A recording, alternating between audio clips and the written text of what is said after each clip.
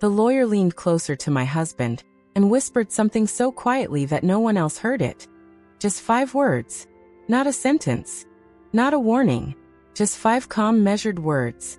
And in that moment, the man who had spent 15 years calling me unstable, emotional, and not right in the head, went completely white. His confident smile vanished. His hands started shaking. The papers he'd been so eager to sign trembled like leaves in a storm. And me? For the first time in 3 years, I smiled. But I'm getting ahead of myself. Because for you to understand why those 5 words destroyed him, you need to know how I became the woman everyone thought had lost her mind, while quietly playing the longest, most patient game of my life. My name is Claire Bennett. I'm 36 years old. And until 3 months ago, I was married to Daniel Bennett. 15 years of marriage. 15 years of building a life together. 15 years of being told I was too sensitive, overreacting, and eventually, mentally unstable. By the end, even I started wondering if he was right. That's the dangerous thing about gaslighting. It doesn't break you loudly. It erodes you quietly, until you stop trusting your own thoughts. Everyone believed Daniel. His co-workers, his friends, his lawyer, even his family. They saw a successful real estate executive married to a fragile woman who couldn't handle pressure. What they didn't see was that I was watching everything, listening, saving, waiting. Daniel and I met when I was 21. He was charming in that effortless way that made people lean in when he spoke. Confident, ambitious, the kind of man who talked about his future like it was already guaranteed. I thought I was lucky. We married 2 years later, bought a house, built routines, hosted dinner parties. From the outside, we looked solid. But inside our home, something slowly shifted. Daniel started correcting me in public, laughing when I expressed concerns, telling friends, "Claire worries too much. That's just how she is." At first, it sounded harmless. Then it became constant. Whenever I disagreed with him, he'd sigh and say, "You're imagining things again." If I confronted him about money missing from our joint account, he'd smile and reply, "We went over this. You don't remember?" When I found emails between him and another woman, he didn't deny them. He looked at me with calm disappointment and said, "This is why I've been concerned about you." Concerned. Not guilty. Not defensive, concerned. And slowly, terrifyingly, other people started treating me differently too. Daniel suggested I see a therapist, then another, then a psychiatrist. Not because I asked, because he said it was for my own good. He attended sessions with me, spoke for me, finished my sentences, and every time I tried to explain how confused and unheard I felt, he'd gently shake his head and say, "See what I mean?" Soon my friends stopped calling. Family visits became awkward. I overheard whispers like, "She's not the same anymore. He's doing his best. Poor guy. Poor guy." 3 years ago, something changed. Not in him. In me. I started writing things down. Dates. Conversations. Bank transfers. Not because I was plotting revenge. Because I was scared. Scared that one day, I'd wake up and truly not know what was real anymore. And that's when I noticed patterns. Small inconsistencies. Documents that didn't match his explanations. Medical reports that had been altered. That's when I realized something chilling. Daniel wasn't reacting to my instability, that he was manufacturing it. I didn't confront him. I didn't accuse. I smiled. I apologized. I played the role he had written for me, because I knew something he didn't. People who think you're broken never notice you sharpening the knife. 3 months ago, Daniel finally made his move. He filed for divorce. And in his petition, he requested full control of our assets, citing concerns about my mental capacity. That's when he smiled at me across the kitchen table and said, "This doesn't have to be ugly, Claire. Just sign, and I'll take care of everything." He thought the game was over. He had no idea. It was just beginning. He thought the game was over, that he had no idea. It was just beginning. Daniel moved fast after that. Faster than I expected, and that was saying something. Within 48 hours of filing for divorce, His lawyer contacted me with what they called a generous settlement. The house would go to Daniel. The cars would go to Daniel. The business accounts, every last one, would go to Daniel. In return, I would receive a modest monthly allowance and the freedom to start over somewhere else. They framed it like a kindness, like mercy. The document was thick, heavy, written in language meant to intimidate, not explain. Page after page, I saw my life being reduced to footnotes and clauses. At the end, there was a section titled Mental Fitness Declaration. According to that paragraph, I was emotionally unstable, prone to confusion, and incapable of managing large financial decisions without supervision. Daniel watched my face carefully as I read. He didn't look nervous. He looked satisfied. "You don't have to read all that," he said gently. "It's just legal stuff. Harold says this is the best outcome for everyone." Harold, his lawyer. Expensive, confident, the kind of man who smiled like he'd already won. I didn't argue. I didn't cry. I didn't raise my voice. I asked for time. Daniel hesitated for half a second, then nodded. "Of course. Take a day or two. But don't drag this out. It's not good for your stress levels." That night, he moved my remaining clothes out of the master bedroom. Quietly, efficiently, like someone clearing out an office after a layoff. I stood in the doorway and watched him fold my sweaters with the same hands that used to hold my face and tell me he loved me. I slept in the guest room, staring at the ceiling, listening to him move around the house like it already belonged only to him. The next morning, I did something Daniel never expected. I called a lawyer. Not a flashy one. Not a bulldog. A woman named Ellen Price, recommended by a former coworker I hadn't spoken to in years.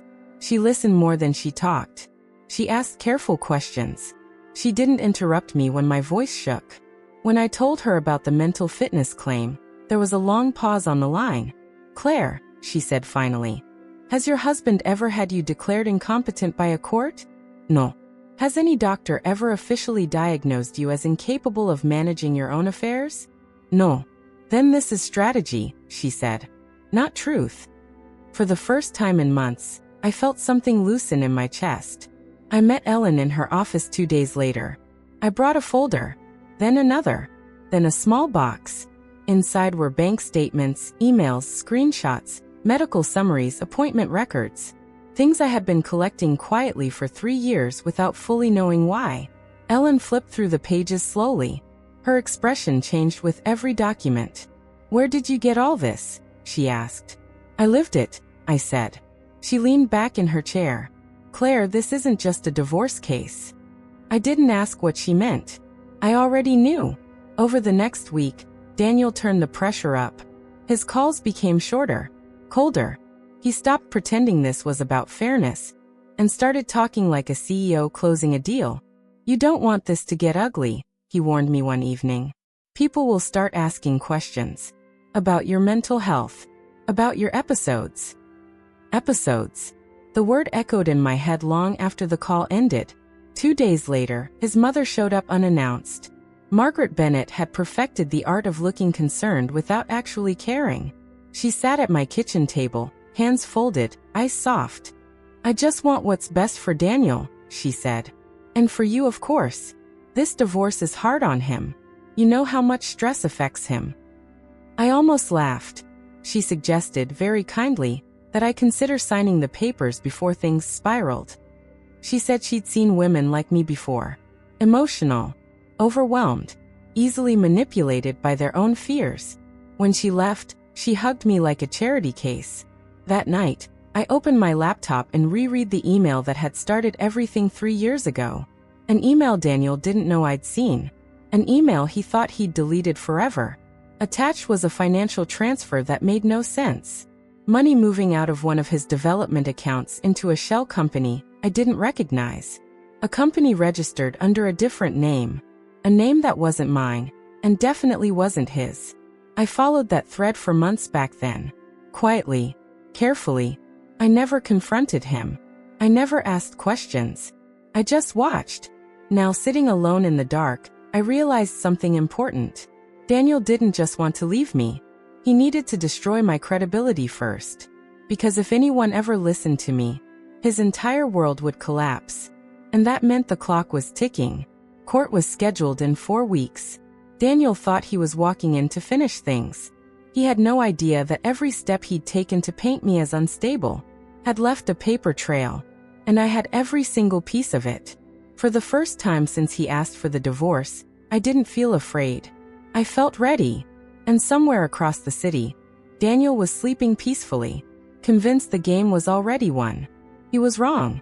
The weeks leading up to court felt unreal, like I was moving through someone else's life. Daniel stopped pretending altogether.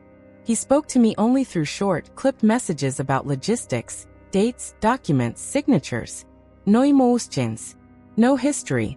15 years reduced to bullet points. I stayed quiet. That silence made him bolder. He filed an emergency motion requesting a psychological evaluation, claimed I was a danger to myself, to others, that my episodes were escalating. Reading it felt like watching a stranger describe me. Dramatic language, vague incidents, no real evidence. But it was enough to make people pause, enough to plant doubt. Ellen wasn't surprised. She sighed, closed the file, and looked straight at me. This is intimidation. He wants you rattled before the hearing. It almost worked. For one long night, I lay awake wondering if he could actually do this.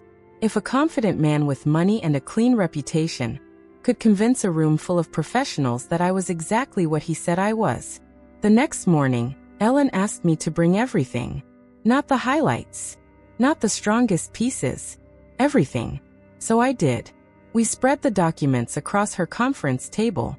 Medical appointment logs showing Daniel scheduled my visits. Emails where he described me as confused to doctors before I ever spoke to them.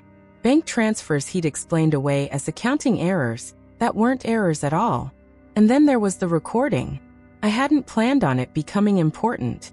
3 years ago, I'd started recording conversations because I was scared I was losing my grip on reality. I needed proof of what was said, proof I wasn't imagining it. One file was dated late at night. Daniel's voice was calm, practiced. "You're not well, Claire," he said in the recording. "If you keep pushing this, I'll have no choice but to protect the company. And that might mean getting professionals involved. You don't want that." Ellen went very still. "Did he know you were recording?" she asked. "No." She nodded slowly. "Good." The week before court, Daniel invited me to dinner. Not out. At the house. I almost didn't go. But Ellen encouraged it. "Let him talk," she said. "Men like him can't help themselves." He cooked. Or tried to. The kitchen smelled like burned garlic and arrogance. He poured wine, even though he knew I wouldn't drink it. "I've been thinking," he said, cutting into his steak. "This doesn't have to be a war." I said nothing. He leaned back, studying me. "If you sign the revised agreement, I'll make sure you're comfortable. Apartment. Monthly support. No evaluations. No court drama." "And Tyler?" I asked quietly. He waved a hand. "We'll figure out visitation later." Visitation. Like I was the outsider. That's when I saw it clearly. Not anger. Not resentment. Control. I thanked him for dinner and left before he could say anything else. 2 days later, I received a message from Brittany, his new girlfriend, the one he'd sworn was just a coworker. She didn't insult me. She didn't gloat. She asked a question. "Did you know about the company in Nevada?" My hands went cold. We met at a cafe off the highway. Neutral. Public. She looked younger up close. Nervous. Not as confident as she appeared on social media. She told me Daniel had promised her a future. Marriage. A partnership. He'd even put her name on a small holding company, just enough to make her feel included. Except the paperwork didn't add up. "He said you handled the finances," she said carefully. "That you made mistakes." I smiled. "Just a little." "No," I said. "I kept records." I didn't show her everything. I didn't need to. Just enough to make her understand that Daniel wasn't just lying to me. He was lying to everyone. When court day arrived, Daniel looked relaxed, confident. He squeezed his lawyer's hand like a man about to finalize a deal. I sat beside Ellen, calm on the outside, heart racing beneath my ribs. The judge began with routine questions. Assets, timeline, custody. Then Daniel's lawyer stood. And that's when he started painting me as unstable. Careful words. Professional concern. Subtle pity. I watched the judge's face closely. And waited. Because it wasn't my turn yet. But it was coming. Daniel was going to learn the difference between silence and surrender. The courtroom was colder than I expected. Not just the temperature, the atmosphere. Daniel's lawyer spoke smoothly, confidently, like a man explaining a math problem with only one possible answer. He talked about concern, about responsibility, about a husband who had tried everything to support a wife who was clearly struggling. I sat still while he spoke.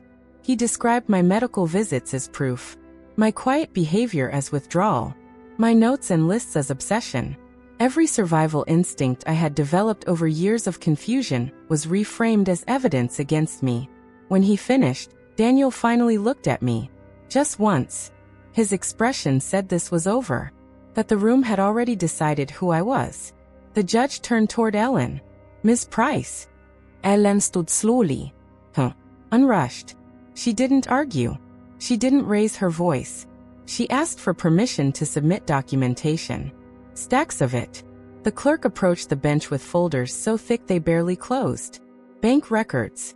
Email chains. Appointment schedules. Financial statements. Each one labeled. Dated.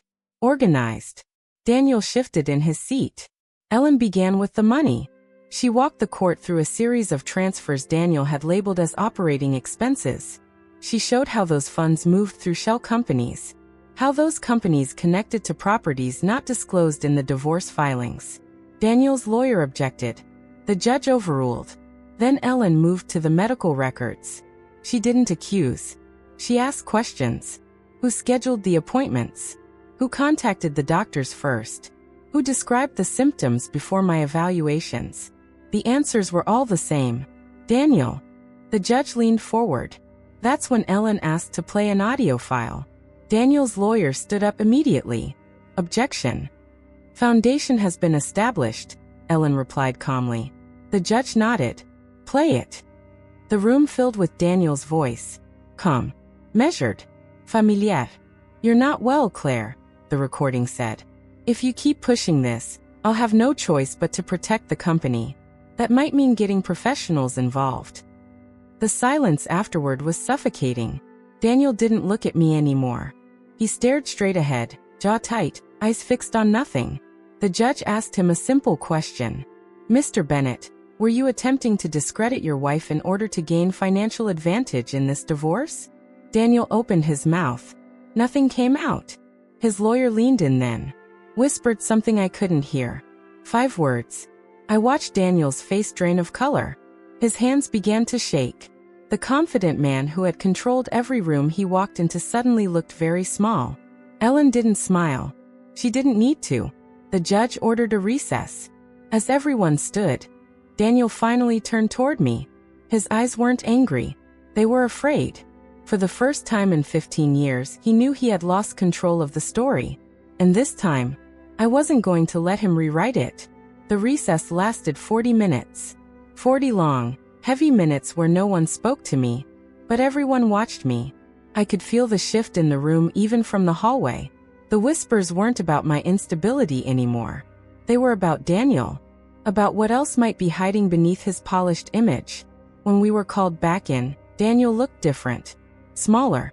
His shoulders were tense, his confidence cracked. His lawyer no longer leaned back casually. He sat rigid, flipping through papers that suddenly seemed useless. The judge returned and didn't waste time. She addressed Daniel first. Mr. Bennett, she said, her voice calm but firm. The evidence presented raises serious concerns about financial misconduct and coercive behavior. Daniel's lawyer tried to interrupt. The judge raised a hand. Sit down. That single command landed harder than any argument. She continued. She spoke about patterns, about intent, about how credibility is built, and how easily it can be destroyed by manipulation disguised as concern.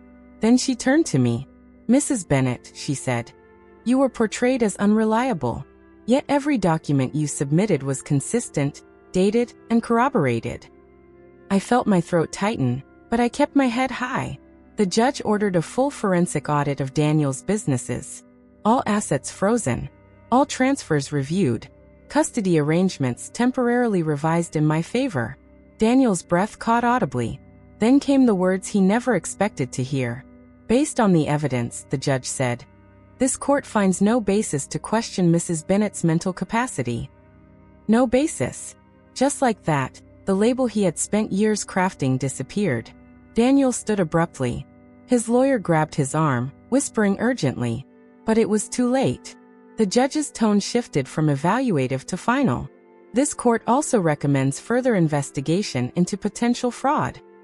That was when Daniel's composure fully collapsed. Outside the courtroom, reporters had already gathered. Someone had leaked the audit order. Phones were out. Cameras flashing. The same man who once loved the spotlight now shielded his face as he was escorted past questions he couldn't answer. I walked out quietly. No speech. No celebration. Ellen squeezed my hand. You did exactly what you needed to do, she said. In the weeks that followed, the fallout was swift. Business partners distanced themselves. Projects stalled. Investors pulled out. Brittany disappeared from his life the moment lawyers started calling. Even his mother stopped defending him when the truth became impossible to ignore. Daniel tried to call me once. I didn't answer. I didn't need to, because the man who tried to destroy my mind to protect his empire lost both. I moved into a smaller home, a quieter life, one built on truth instead of fear. I sleep better now. I trust myself again. And sometimes, when I think back to all those years of silence, I realize something important. I was never weak. I was patient. And patience, when paired with truth, is devastating. Months passed. Not the dramatic kind you see in movies, where everything explodes overnight. This was slower, quieter, more real. The kind of ending that doesn't scream, but lasts. The forensic audit uncovered more than even Ellen expected. Offshore accounts, undisclosed properties, loans taken out in the company's name without proper disclosure. The image Daniel had built for 15 years began to rot from the inside out. Industry blogs picked up the story first, then local news, then national outlets. Prominent real estate executive under investigation. That headline followed him everywhere. Daniel tried to fight it. New lawyers, new statements, carefully worded denials. But credibility, once shattered, doesn't glue back together. Every partner he once charmed now asked for receipts. Every handshake came with suspicion. The board removed him within 2 months. By the end of the year, the company he'd called his life's work was sold to cover liabilities. I never testified again. I didn't have to. The documents spoke for me. The recordings spoke for me. The truth did what truth always does when given time and light. Tyler adjusted faster than I expected. Teenagers see more than adults give them credit for. One night, while we were doing dishes, he looked at me and said, "You don't seem scared anymore." I smiled. Because he was right. The court finalized custody in my favor. Daniel was granted supervised visits, which he rarely used. It turns out control was what he loved, not connection. As for me, I went back to work. Not for him. Not for his shadow. For myself. I joined a small legal consulting firm. Quiet work. Clean books. Honest people. The kind of place where clarity mattered. Sometimes people still ask how I stayed so calm. How I endured being doubted for so long. The answer is simple. When someone spends years telling you that you're broken, you either shatter, or you become unmovable. Daniel thought silence meant weakness. He thought patience meant confusion. He thought control meant victory. What he never understood was this. I wasn't waiting because I was afraid. I was waiting because I was ready. And when the moment came, I didn't need to raise my voice. The truth whispered for me. Life didn't magically become perfect after that. Healing never works that way. But it became mine, and that made all the difference. A year after the divorce was finalized, I ran into someone who used to work with Daniel. He hesitated before speaking, like he wasn't sure whether to apologize or explain. Then he said quietly, "You know, people talk about him very differently now." I nodded. I already knew. Daniel moved out of state not long after the investigations wrapped up. No farewell post. No public statement. Just silence. The same silence he once used as a weapon, now following him everywhere.